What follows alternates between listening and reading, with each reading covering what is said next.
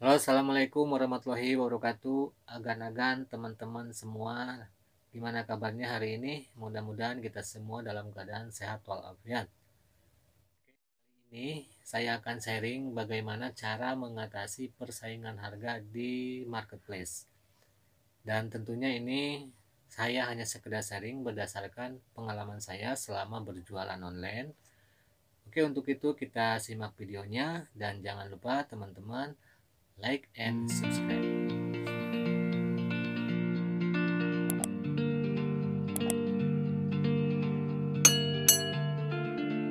Oke, baik agan-agan teman-teman. Nah, di sini kita akan bicara masalah harga terlebih dahulu. Ya, seperti kita ketahui, memang kalau masalah harga ini sangat disorot ya dalam hal perdagangan ini. Ya, teman-teman bisa lihat mungkin di marketplace juga di mana ada produk yang dibanderol dengan harga rendah itu akan memiliki penjualan yang banyak, penjualan yang tinggi.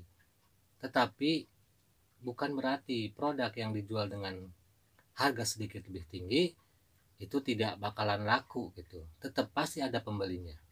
Untuk masalah harga ini teman-teman tidak perlu khawatir ya. Nah, di sini saya ada pengalaman juga. Saya pernah beli produk dari supplier, itu saya beli secara offline, harganya itu 55.000 dan supplier saya menjual secara online itu 63.000. Nah, saya sebagai pedagang retail menjual di online, menghitung biaya operasionalnya, biaya packagingnya. Nah, di situ saya jual dengan harga lebih tinggi dari supplier saya. Saya jual dengan harga 80.000 dan ternyata produk saya tetap laku. Bahkan sampai selama 5 bulan, kurang lebih 5 bulan, 6 bulanan, itu sudah terjual 900-an. Nah, dan adapun langkah-langkah saya untuk mengatasi persaingan harga ini, yang pertama, foto produk itu harus bagus.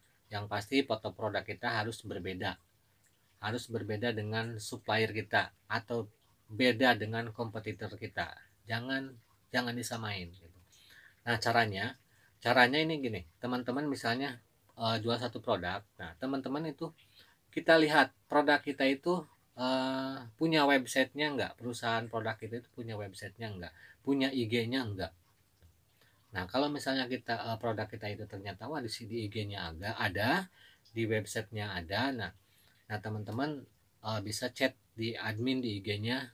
Nah, untuk menggunakan produknya, menggunakan fotonya, meminta fotonya untuk digunakan sebagai media untuk jualan, untuk promosi di marketplace. Nah, saya juga melakukan hal seperti itu. Saya cari produk saya, oh ada nggak di IG-nya? Ternyata ada. Kemudian saya kirim pesan, saya minta izin untuk menggunakan foto-foto yang ada di IG ini untuk saya jadikan sebagai bahan promosi di marketplace untuk saya jualan.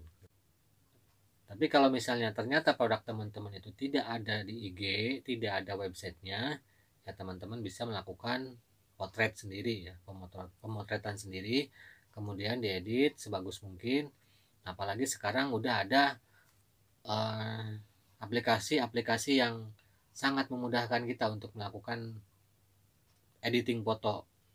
Yang bisa menggunakan Canva atau yang sekarang saya gunakan adalah Blend. Itu aplikasi sangat bagus dan teman-teman silahkan bisa dicoba. Berikutnya adalah judul. Jadi judul ini harus berbeda dari yang lain. Teman-teman harus punya judul sendiri. Jangan ngutip dari kompetitor, jangan ngutip dari supplier.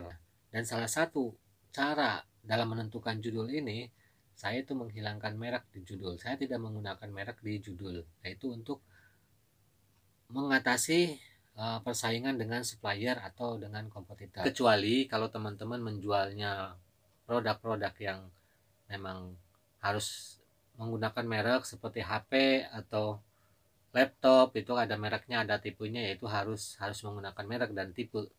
Tetapi ada penambahan judul mungkin di depannya atau di belakangnya itu berbeda dari supplier atau kompetitor teman-teman. Berikutnya adalah menyediakan produk penyerta atau produk tambahan yang berhubungan dengan produk tersebut. Contohnya, misalnya teman-teman menjual karpet. Di kompetitor yang lain ada yang menjual karpet yang lebih murah, tetapi di kompetitor tidak menyediakan lem. Mungkin ada pembeli yang hanya membeli karpet saja, tapi ada juga yang pembeli ingin membeli sekalian dengan lemnya gitu. Jadi teman-teman harus menyediakan yaitu barang penyerta tadi biar pembeli bisa order sekalian. Nah itu mungkin target kita itu ya pembeli yang seperti itu. Nah yang keempat adalah pelayanan. Nah pelayanan ini salah satunya yaitu responsif terhadap pembeli, terhadap chatting dari pembeli. Karena mungkin bisa saja kita telat menjawab, ya itu yang saya alamin, kita telat menjawab, ternyata setelah dibalas sama kita, pembeli sudah tidak jadi beli karena sudah membeli dari toko yang lain. Nah kemudian kita juga harus mengaktifkan semua kurir, karena setiap customer itu mempunyai kurir langganannya masing-masing. Walaupun harganya murah, tetapi lokasinya tidak terjangkau dengan instan kurir atau lebih mahal jika menggunakan instan kurir, maka akan memilih yang lebih dekat meskipun harganya lebih tinggi.